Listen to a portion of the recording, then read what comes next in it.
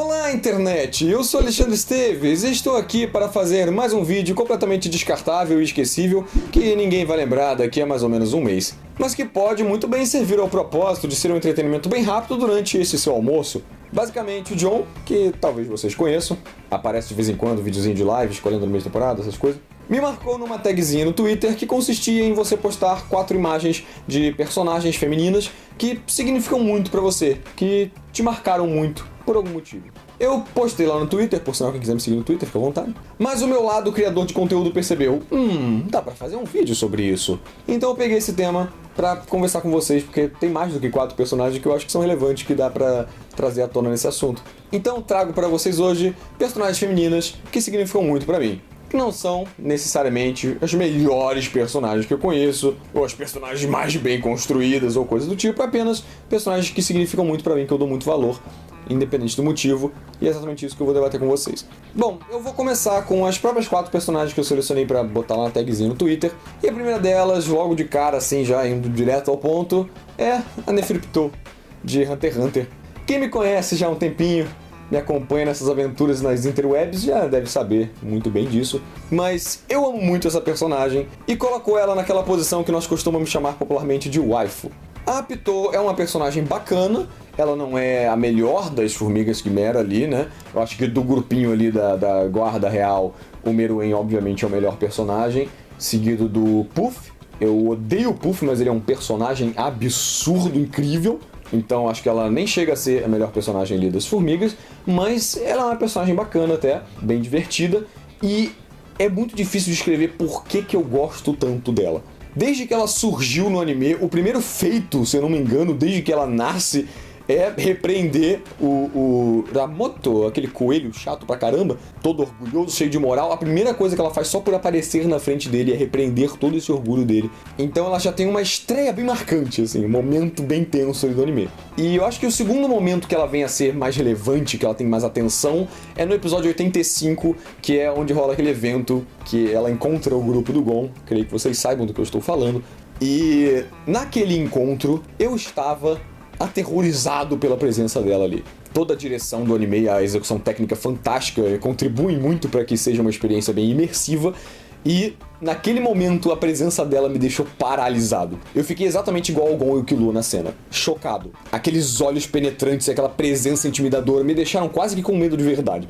E depois a filha da puta ainda tem a audácia de soltar aquela no finalzinho do episódio, né, que eu creio que vocês saibam. Foi a partir daí que eu me apaixonei. Eu não sei porquê. Eu fui cativado pelo medo. Eu fiquei fascinado por essa personagem depois desse evento. Sempre que ela voltava a aparecer, eu ficava encantado com toda a essência que ela transmitia. Inclusive, as cenas que vêm mais depois pro final do arco, né, da batalha dela, foram chocantes pra mim. Eu fiquei mal quando eu assisti aquilo, cara. Foi episódio 130 e pouco, se eu não me engano. Então, eu realmente sou apaixonado pela Pitou, acho ela maravilhosa. E não é novidade, eu acho, pra ninguém nesse canal, que ela tá sempre aí tomando as primeiras posições no top mulheres de qualquer coisa. Mas Alexandre, Pitou mulher? Ah, cara, 2020, essa discussão ainda existe? Sério?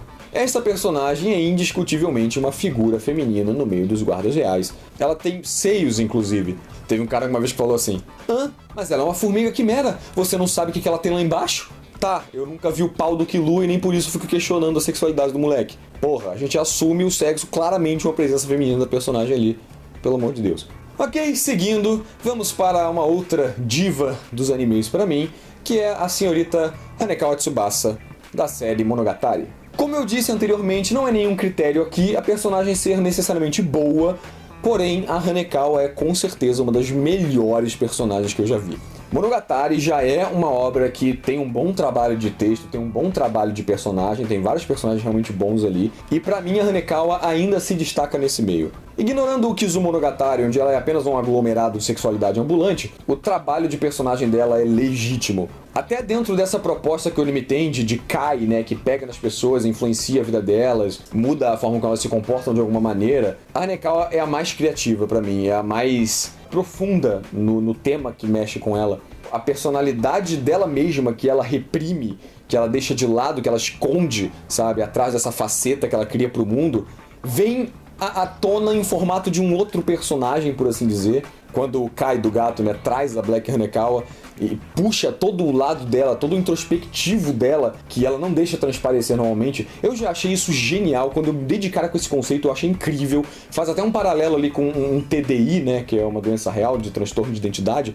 Eu já achei maravilhoso o conceito. E a forma como isso é trabalhado, como ela começa a ter consciência disso. O Nekomonogatari Kuro é absurdo de texto de personagem. O Nekomonogatari Shiro também, sobre ela se aceitando e passando novamente por esses conflitos. Eu acho simplesmente genial. Uma das personagens mais profundas que eu já tive o prazer de conhecer, mais bem construídas ali no subtexto, numa segunda camada do personagem. Eu acho ela fantástica. E além dela ser uma personagem incrível, eu também tenho um gosto muito particular por ela. É a minha personagem favorita do anime. Eu amo a forma como ela age, eu amo os diálogos que ela traz. E eu também tenho uma quedinha por Neko Musume. E calhou do Kai, que traz tudo isso dela à tona, ser um gato. Então, pegou muito bem, cativou meu coração. E se a Pitô não fosse minha waifu, com certeza seria a Hanekawa. Sou apaixonado por ela. Agora vamos deixar de lado as animações nipônicas e dar um pouco mais de atenção a uma mídia mais interativa, que são videogames. Eu gostaria de trazer à tona aqui a maravilhosa Ellie, de The Last of Us. The Last of Us é um jogo incrível, uma das melhores experiências que eu já tive com alguma mídia narrativa na minha vida. É um jogo impecável e por trás daquela gameplay de shooter até que comum, que a gente costuma ver muito na indústria de uns anos pra cá, a gente tem um jogo denso, profundo, maravilhoso, que chega a ser quase contemplativo de tão lindo que é trabalhado tanto no visual quanto no texto. E a relação deles dois, né, é o centro de todo esse conceito. Aquela menina bem jovem e inocente sendo colocada perante aquela situação que o mundo deles se encontra, ainda mais na circunstância que ela está passando, quem jogou o jogo sabe, é uma proposta simplesmente fenomenal, colocada num jogo que pegou o conceito meio genérico de zumbis, que já estava ficando um pouco saturado nessa época, e deu essa repaginada, deu essa cara nova, com uma franquia bem emocionante, puxa muito para aquela conexão de personagens, sabe? Não de um grupo, sabe? Numa aventura, mas como uma dupla mesmo. O fato dele ser bem mais velho também tem um conceito muito forte em cima disso. The Last of Us é um jogo fantástico e a Ellie, pra mim, resume bastante tudo que ele quis transmitir. Então ela é uma personagem que pega muito forte no emocional com um jogo que mexeu muito comigo. Agora, para criar um contraste bem grande, a próxima personagem tem um caso bem engraçado, que é a Inkling. Eu não tenho uma conexão significativa de maneira nenhuma com a franquia de Splatoon. Eu não joguei o primeiro jogo, joguei um pouco do segundo, mas só de forma casual mesmo, tenho pouquíssimo tempo de jogo, só entrei pra jogar umas partidinhas brincando. Então eu não realmente me conecto muito com Splatoon de maneira nenhuma. Porém, a Inkling vem a ser uma personagem muito significativa pra minha vida por causa de Smash Bros.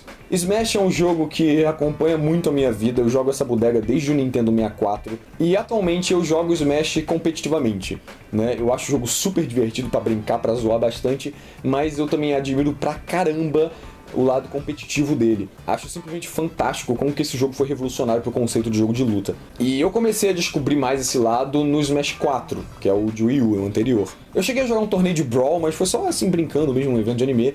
No Smash 4 mesmo que eu comecei a participar de uns torneios, comecei a jogar mais a sério, tentar descobrir o jogo, aplicar técnicas e tal, e realmente praticar Smash Bros competitivamente. Porém, eu fui a alguns torneios do Smash 4, e com o tempo, a distância entre eu e os outros jogadores que vocês veem aqui no canal, como o Sabino, o Thiago e tal, foi aumentando bastante. Eles treinavam muito juntos, foram melhorando demais. E eu dei uma desanimada e comecei a jogar só casualmente, e o meu lado competitivo foi tudo pro Overwatch. Nesse período de 2017, 2018 eu joguei Overwatch pra caramba, puta merda, que jogo incrível também.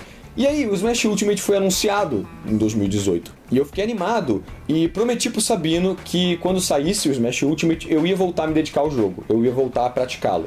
E assim que o jogo saiu, eu cumpri com a minha promessa e voltei a me dedicar a Smash. E no primeiro dia, que tava só eu e o Sabino aqui experimentando o jogo novo, eu peguei a Inkling, um dos primeiros personagens que você desbloqueia é a Inkling, e eu me apaixonei instantaneamente por ela. A gameplay dela é super divertida e eu adorei instantaneamente. É main day one, né? Virei main personagem no primeiro dia de jogo. Então eu comecei a praticar novamente Smash Bros, me dedicar bastante ao jogo, né? A gente tem até um time de Smash hoje em dia, quem acompanha no Twitter aí deve ver de vez em quando, embora não seja muito bom.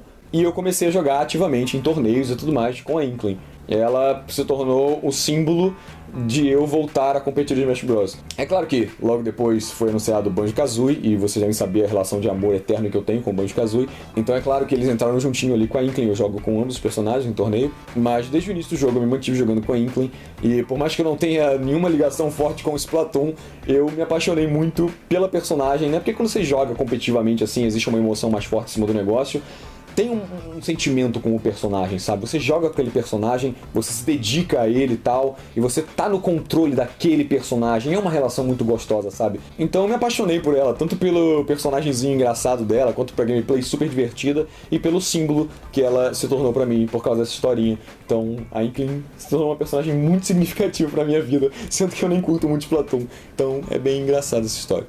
Bom, trocando novamente de mídia, eu tenho uma outra história curiosa também pra contar pra vocês sobre essa próxima personagem, que na verdade são 3 personagens, né, mas que não tem como separar, que são as meninas superpoderosas. Eu acho que por essa ninguém tava esperando. Trivia: eu era fascinado no desenho das meninas superpoderosas quando eu era criança.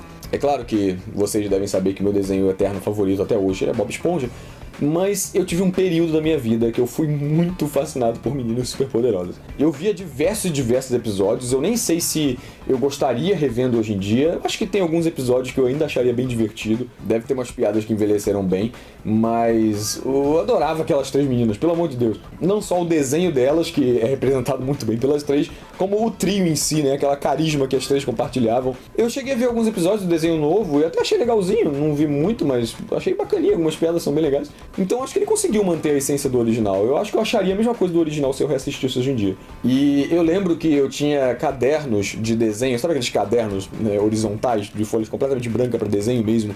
Eu preenchia cadernos e cadernos daquele com historinha das meninas superpoderosas, porque elas eram personagens bem fáceis de desenhar, né? Tem um design bem minimalista, todo redondinho, então não era difícil desenhá-las. E quando eu era pequeno, eu usava desse design para fazer bastante historinhas com ela em quadrinhos e tal, então eu era realmente viciadinho. Então, por mais que não seja uma franquia ou personagens que eu carrego comigo no coração até hoje, foram personagens bem significativos pra mim, e teve um período aí que eu dedicava bastante tempo pra elas, então acho válido trazer à tona aqui. Agora, essa próxima personagem, eu nem sei como fazer uma introdução pra ela, então eu só vou jogar na cara de vocês, é a Mulan.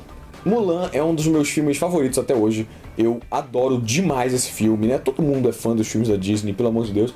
E eu acho que Mulan talvez não seja o melhor, mas com certeza está no top 3 filmes da Disney, na minha opinião. Eu acho que é um filme que envelheceu muito bem, eu não canso de reassistir, eu acho ele maravilhoso. O toque de comédia, o toque de drama, ele tem até uma nuance meio séria ali, que por mais que não seja explícita, é bem admirável em filmes da Disney. E eu amo o ícone que a Mulan foi, dando essa representatividade feminina muito antes dessas personagens lacradoras, tipo a Elsa. Nossa, a Elsa foi a princesa que botou moral. Olha como ela não é uma princesinha de castelo, velho. Mulan, em 98, fez 1000 vezes mais, pelo amor de Deus. A proposta do filme é essa, né? É ela ser uma mulher que se infiltrou num grupo de homens fortes, e eles que representam o país, e botou pra fuder com todo mundo. Puta heroína absurda, Mulan é incrível. Então, a personagem maravilhosa, o filme fenomenal, eu carrego até hoje no meu coração tudo que Mulan representa. Eu realmente amo muito esse filme. E pra encerrar, eu queria falar sobre uma personagem que é difícil de abordar porque ela é spoiler. Eu não consigo falar sobre a personagem sem dar spoiler. E é spoiler sobre Danganronpa. Então, quem não consumiu, quem tem mínimo interesse em Danganronpa, eu recomendo que vocês não assistam, porque é uma franquia de mistério, e spoiler eu acho que caga bastante a experiência, né? Então, quem se importa com isso, fica o aviso de spoiler. Eu, inclusive, deixei essa personagem pro final, justamente pra vocês poderem encerrar o vídeo por aqui. Então, quem for ficar por aqui, um beijo, muito obrigado por assistir o vídeo. Até mais. Agora, pra quem for ficar, a personagem que eu vou abordar aqui é a Enoshima Junko. Pra vocês terem noção do quanto eu fiquei fascinado dessa mulher, eu nem terminei Danganronpa ainda. Eu comecei a jogar essa franquia tem pouco tempo, inclusive já fiz vídeo no canal há pouquíssimo tempo. Então tem poucas semanas que eu comecei a franquia, uma franquia grande, cheia de jogo e tal. E eu ainda tô no meio. Atualmente eu joguei o primeiro e o segundo jogo, li a Light Novel, Danganronpa 0, e estou jogando o Ultra Despair Girls. Ainda tem que ver o anime do 3 e tudo mais. Então eu nem esperei eu terminar a franquia para consagrar essa personagem como uma das minhas favoritas ever. Como eu inclusive falei no meu vídeo do primeiro jogo de Danganronpa, nenhum personagem da franquia é muito bom, incrível, bem construído, cheio de camadas ou nada do tipo. Até porque a franquia não demanda isso, sabe? Tudo que o Danganronpa precisa dos personagens é expressividade. Os personagens serem caricatos, diferentes, icônicos, carismáticos, para que tenha uma interação legal entre eles ali e o jogo consiga usufruir deles muito bem para executar o misterinho. E a Junko é o ápice da expressividade de personagem em Danganronpa. No início eu achei ela bacaninha, ok, personagem bonitinho e tal, até o final do primeiro jogo, que é onde pra mim Danganronpa brilha. Pra mim a melhor coisa de Danganronpa até o momento é o final do primeiro jogo. A forma como a Junko aborda aquele final do jogo, ela toma o final do jogo pra ela. E eu fiquei encantado com aquela personagem. Eu nunca tinha conhecido um vilão mulher, né, uma vilã, tão cativante quanto ela. Tudo bem, tecnicamente a Pitou é uma vilã, mas ela é do mal só. Ela não é a vilã da história, sabe? A Hiroshima sim. E a maneira como ela representa, né, como ela personifica a temática do jogo, daquela coisa de desespero e tudo mais, é fantástico.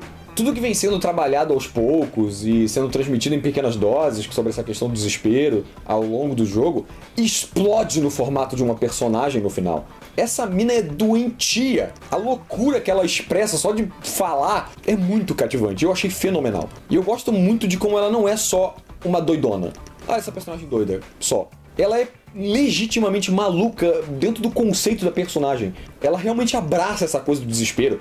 A forma como ela fode com todos os personagens e morre feliz com o desespero dela é absurdo. Na Light Novels Danganronpa Zero, pequeno spoiler aqui, a mina bola todo aquele plano, todo aquele estratagema pra matar a pessoa que ela mais ama e causar um desespero pessoal, sabe? É um negócio absurdo. Eu achei fenomenal como que incorporaram a temática da série dentro dessa personagem e toda a expressividade dela é incrível. Eu achei maravilhosa, eu me apaixonei. Eu coloquei ela nos favoritos do My Anime List e, como eu falei, eu nem terminei a franquia e já trago ela à tona aqui, faço questão. É uma parada muito recente, mas que com certeza foi significativo pra mim. Quando eu terminei o primeiro jogo, ela foi parar em todos os meus wallpapers de PC, de celular, de tudo.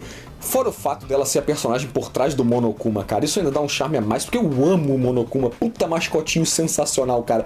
Ele abre a boca, é uma pérola, velho. E o fato dela estar ali por trás, velho, eu consigo imaginar perfeitamente ela interpretando o Monokuma. Isso só incrementa quanto a personagem é maravilhosa, cara. Eu estou apaixonado pela Enoshima, então faço questão de trazê-la aqui para encerrar esse vídeo. Bom, gente, com isso eu fecho essa lista maravilhosa. É claro que devem ter muitas outras personagens que talvez eu não tenha lembrado, mas eu acho que deu pelo vídeo de hoje. Eu espero que vocês tenham gostado. Obrigado por assistir até aqui ao final. Se você não conhece o canal, se inscreve aí. Tô falando sempre bastante de anime, sempre trocando uma ideia legal com vocês. Deixem os personagens de vocês aí nos comentários. Se quiser também explicar o motivo por trás de cada uma, fica à vontade.